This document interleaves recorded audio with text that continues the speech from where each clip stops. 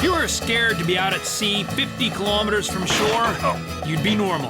I'm okay. Fishermen live in constant danger, dragging up strangeness from the depths to feed our hunger for water-dwelling vertebrates with gills. So let's say this little guy's coming to get that bait. Boom.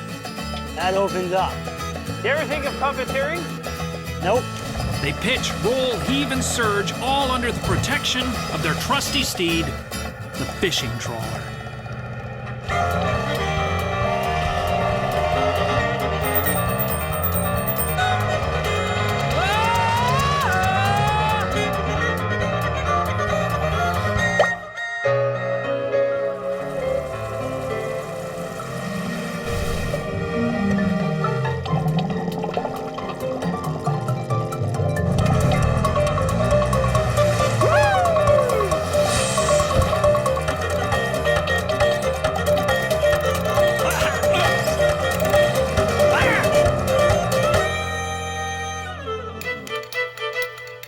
How are you with fish? Could you tell the difference between a halibut, a hake, a haddock, and a cod? Could you? Well, if you're like most consumers, you don't give a lot of thought to the poor fish and the journey it takes from the deep, dark ocean to your deep, dark belly.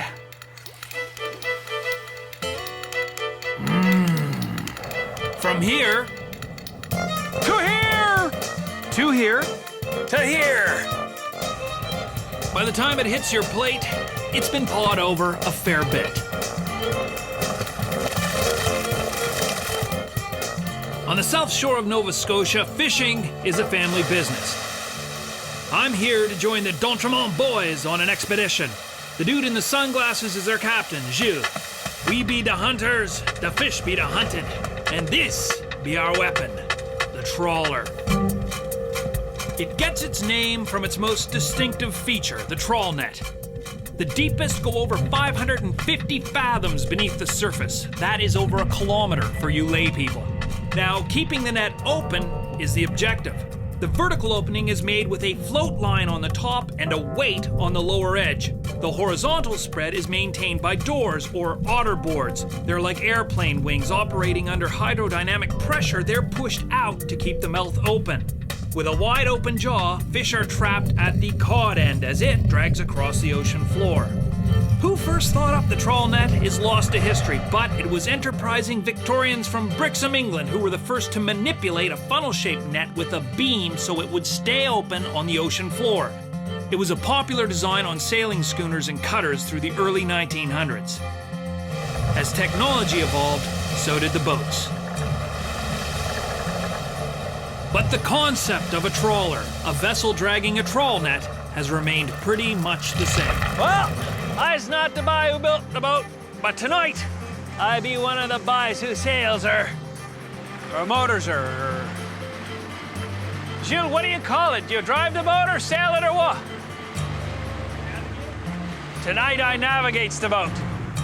Actually, I'll leave the navigating to the professionals. See, we'll be trawling at night in the pitch black 10 miles out at sea. This should be fun. How long will you guys steam out normally? Anywhere from 7 to 12 hours. You just drive out for that long? Yeah. When you're going out serious, like when you don't have a bunch of soft television people with you, what would you be looking for? Well, anywhere from 5,000 to 6 to 7. 10,000 pounds would be really good. So 5 tons? Yeah. Holy haddock. Yeah. So you're gonna put me to work later on? You want it? Yeah. All right. What do I do now? Just go take a nap or something? Yeah, you go sleep. Nice. Technically speaking, this isn't sleeping on the job. Truth is, fishing on a trawler is the most dangerous job you can have. It's 17 times riskier than mining, one of the most perilous gigs on land. But you can't deter these guys. It's in their blood. Their first line of defense is a sturdy, stable boat. And overwhelmingly, the Cape Islander is their ship of choice. You've seen it 1,000 times, you probably never knew what it was, but it's part of Canadian history, born and bred in Nova Scotia. Okay, there's some question about who holds official bragging rights to the design, but I bet if you ask this guy, he's gonna tell you it's his granddad, Ephraim. If you ask anybody in this neighborhood or anybody all over Nova Scotia, they'll tell you that Ephraim Atkinson designed the Cape Island boat. This is the area where my grandfather started building boats back in the early 1900s. The big change came in about 1906 when my grandfather decided to erect a keel, sort of a well that extended down from the bottom of the boat. This gave a chance to put a shaft through this particular well and therefore use a gasoline motor. That just eliminated the sail. You know, it's a big thing at the time. All through the years, there's been a tremendous amount of change. The boats have been getting bigger and beamier and more sturdier in the water. You can still use wood if you want, but today most boats are made out of aluminum or fiberglass. In this particular size boat, which is a 43-footer by 15.5, we would use basically 10 45-gallon barrels of resin and roughly 3,000 pounds of fiberglass. Once the hull is completed, it's rolled down to another massive building for finishing. This is a process that takes about 2 months and still involves some old-fashioned woodworking. I'm responsible for the finish work, all the bunks and cupboards and everything. There's 3 bunks, table, side seats, stove, just like home. I'm putting the shaft in the boat. This is the bearing, the main bearing, and that's the main inside stuffing box that keeps it watertight. And then it's lined up to the engine. The engine is the main drive line, so everything's got to be pretty good. It's something that's a tradition that's been here for all these years. There's different builders who build them a little bit differently, but overall, 95% of the boats built in Nova Scotia are basically Cape Islanders. Okay, so Captain Gilles, we've had a nice little cruise out here. It's midnight. Yeah. But now we got to do what we're here to do, yeah? Yeah, it's time to get dirty. First thing we have to do is we got to get the trawl doors out of the rails and overboard so we can shoot them away. Right. Let's get the doors ready. This is like crazy people things to do. It's a pitch black night. I got an idea. Let's go out on a pitching boat and start mucking around with a couple of 2-ton cast iron doors. What do you say? It'd be fun. Tell you the truth, I feel my skills may be better used later on in the process. So, Gilles, how do things appear to be going? Oh, I'm okay. Now we got to put that thing in the water. So what we do is we put the boat in gear. Yeah. And we start going ahead. Okay. And then we throw the end of that overboard. And it just pulls itself out. And drag it out. Is there anything that I should not get caught in, Captain Gilles? Nope. Just don't fall overboard. I don't think you guys can see too much. This is scary as hell. Yeah. I can tell that there's no back on the boat and these guys just lean over and grab the net. I'm not saying that being a television host is easy, because it's not. All right, so we got to put the doors over. There we go. And just let it go easy. Oh, hold it tight. There you go. Now we're gonna put the boat in gear and the water is gonna spread the door out. Okay. Now we're gonna look for a mark in the cable. What am I looking for? Right there. Stop her. You're good. So now are those doors 100 fathoms behind the boat? Is that what that is? 100 fathoms behind the boat. Spread out wide. Spread out wide. And now do I go back to my bunk? Time for the bunk. I hate to interrupt you, but look at the friggin' moon, man. I like your office, buddy. She's nice.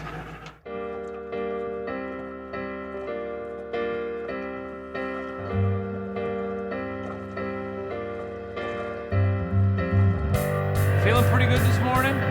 Stomach's still holding up well. I ate about 4 pounds of Zodi crackers last night and slept like a baby. All right, let's go. Let's do it. Now loosen her up. Loosen the wheel up.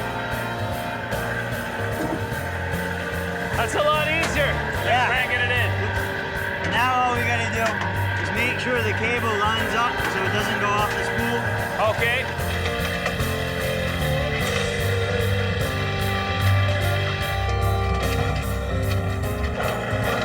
There's one. Now we pray for fish. That's it. So all night you've been dragging that, huh? How long were you dragging them while I was sleeping? Almost 6 hours. It's coming up. Here we go. Now, can you tell while you're driving along how much fish you get down there? You never send your brother down just to check, put the snorkel on or something? We thought about it, but Yeah, kind of hard to bring him back aboard when he's wet. That's true. They get heavy. that's why you get two brothers. Yeah, How deep will you go? Will you trawl? 350 fathoms. Oh yeah? There must be some. There's a lot of queer-looking, I bet, jelly, man. funny-looking things. Here we go. Now we just gotta make sure it reels on the drum right, so Yeah. that nothing gets all tangled up. And, Look at the gulls, man. Where'd they come from? oh, they'll keep coming. This isn't good, Right, because the fish are a lot smaller than me. right. Which means they could get out. So when they're looking for a way out, if they would have came here, we might have lost a lot of fish. Right.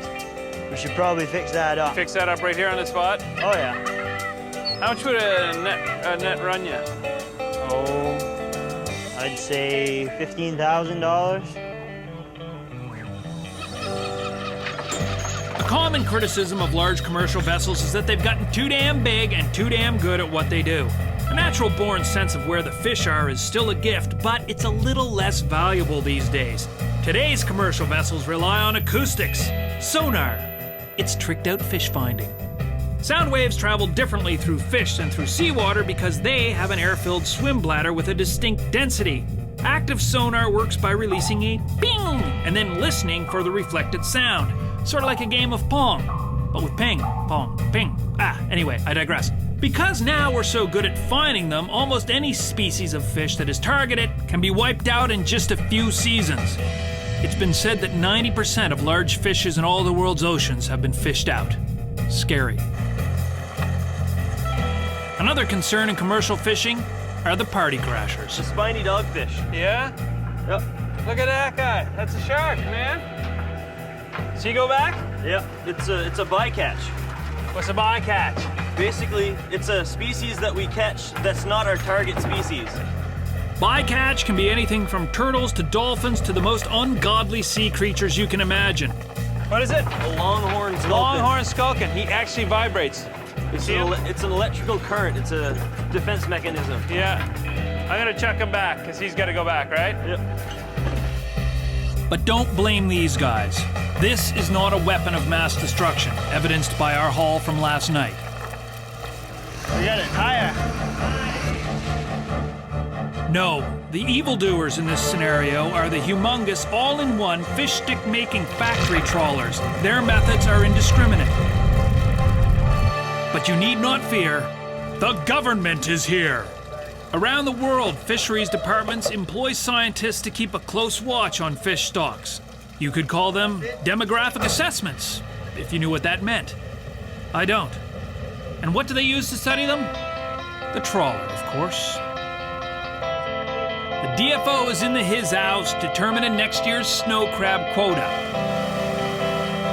We are on a research boat of western part of Cape Breton, Nova Scotia. We visit 350 stations after the fishing season, and we count the crab. The fishery is done by fishermen, so fishermen knows everything. So always it's working together to make this conservation happen. When we're doing the survey, it's a time in the year that the groundfish kind of slacks off. So really it's good for us, and my crew also gives them quite a bit of work. The trawl doors we put on for this net were probably, let's say, 4 feet long or something. They don't weigh very much. You can lift them up one man. And the trawl doors we use for groundfish, they weigh about 700 kg. So you wouldn't dare try to lift it. The snow crab inhabiting on the bottom, and sometimes they go into the mud. So we need a special kind of trawl net, which dig into the ocean bottom.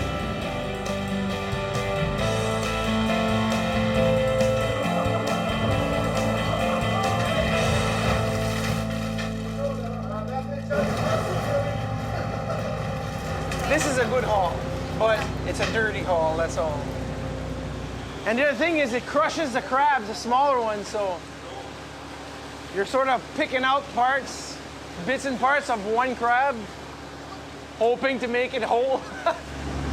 in a tougher environment to work with, but it's all right. Makes the job fun. See, she's really happy. This is better than winning the lottery for me. You never know what the ocean's going to offer you. It's like searching through your bowl of Lucky Charms, hoping for something magically delicious. Plenty more where this came from. So we're gonna throw away any halibut that's under 32 inches. We've got to go out as soon as possible. Right. What am I looking for, man? What? Because it all looks the same to me. My God. Oh, jeez. What we want to throw away is these guys, the halibut. Oh, I see. Okay, I see now. Difference in the mouth. Okay, so this is the difference between a halibut and a flounder. I can tell by their lips. This one obviously has had some sort of collagen injection. Yeah. That's the Hollywood sort of Tori Spelling fish. And this is more the, who would be a natural Hollywood beauty? I just know I'm keeping Tori Spelling. So that's the halibut? Yeah, it's a small halibut. Really? So you measure him from the tip of the nose To right to here? the middle of the tail. Oh, he's 85 or so. 83 to right here. 83, so he's a keeper. Okay. So that's the bottom end. Well, I feel now like I'm getting ripped off when I get fish and chips in. Yeah. Whoa, God. There's a monkfish. Holy. You keep the monkfish? Yeah, we keep the monkfish. It's hideous in its own beautiful way. Yeah. Don't you want to give it a kiss? I'm tempted to put my hand in there. Will he bite it? Oh, no. I just peed in my oilskin. They're waterproof. Good. They're also not mine. Bonus. Man, there's some ugly stuff in the ocean.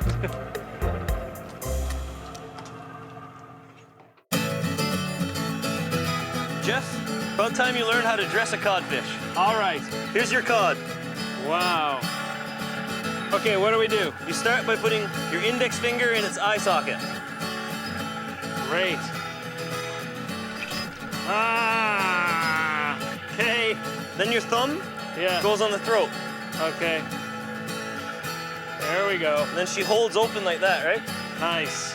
All right, then you take your knife Yeah. and you cut down the throat and you follow in front of the gills. Okay, so show me here. Yeah. And go down Right. and then cut straight down into the spine. Right here. Yeah, there you go. Okay. Then you gotta open up the stomach. Great. So you take your knife and you guide it along the top of the chest cavity. Wicked. Like that. What is that? That would be the Stuff. intestines coming out. Okay, so right down here. Yeah. Did I just butcher that fish? Yeah, well, you just butchered the insides and they don't count anyway. Okay, good. So what you do after is you open up the stomach cavity. There. Oh, yeah. And then you're just gonna sweep in and pull them out. You didn't even let go of your knife. No? Because sometimes you gotta do thousands of these. What was that? Something just splashed right out of my face, man. That's a dressed codfish. Wicked. That's how it goes to market. Oh, and its eye comes right back up. Off to market. Off to market. Nova Scotia catches more ground fish than any other province, including Saskatchewan. Almost $200 million worth a year.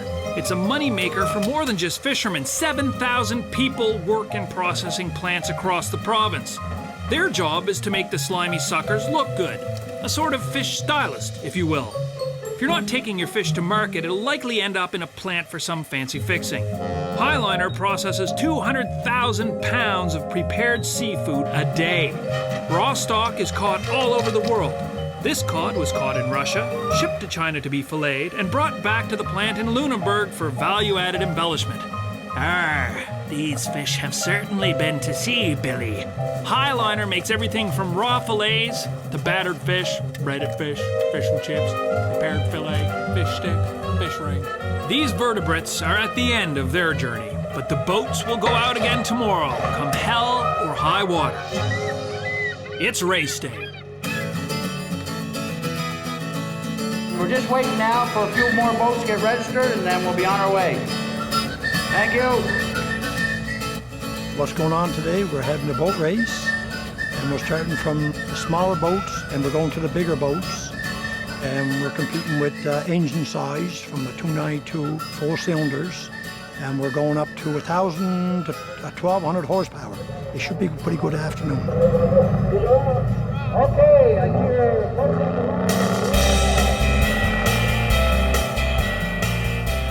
Going on since history, I guess it was. Just one fisherman, you know, competing against the other one.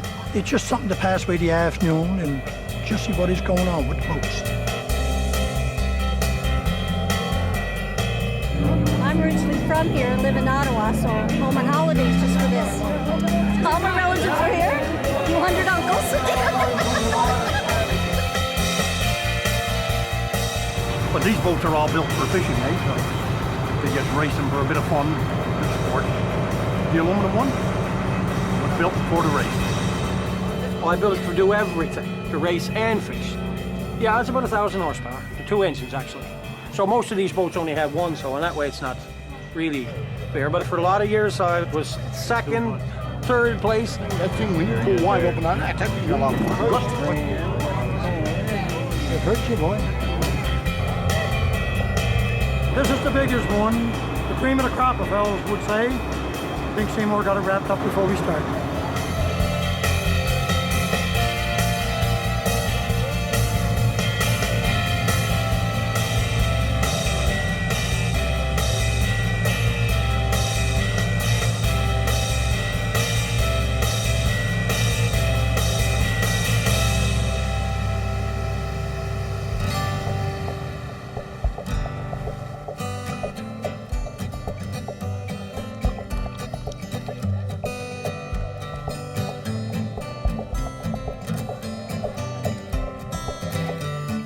Yes, my friends, these are the last of the hunter-gatherers.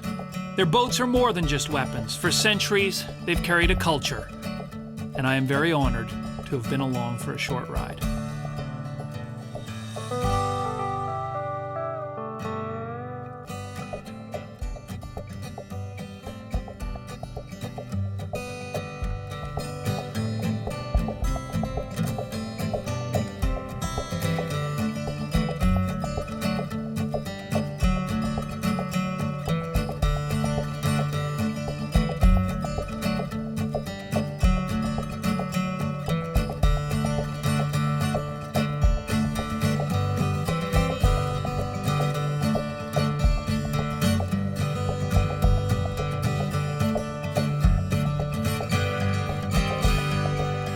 Banger!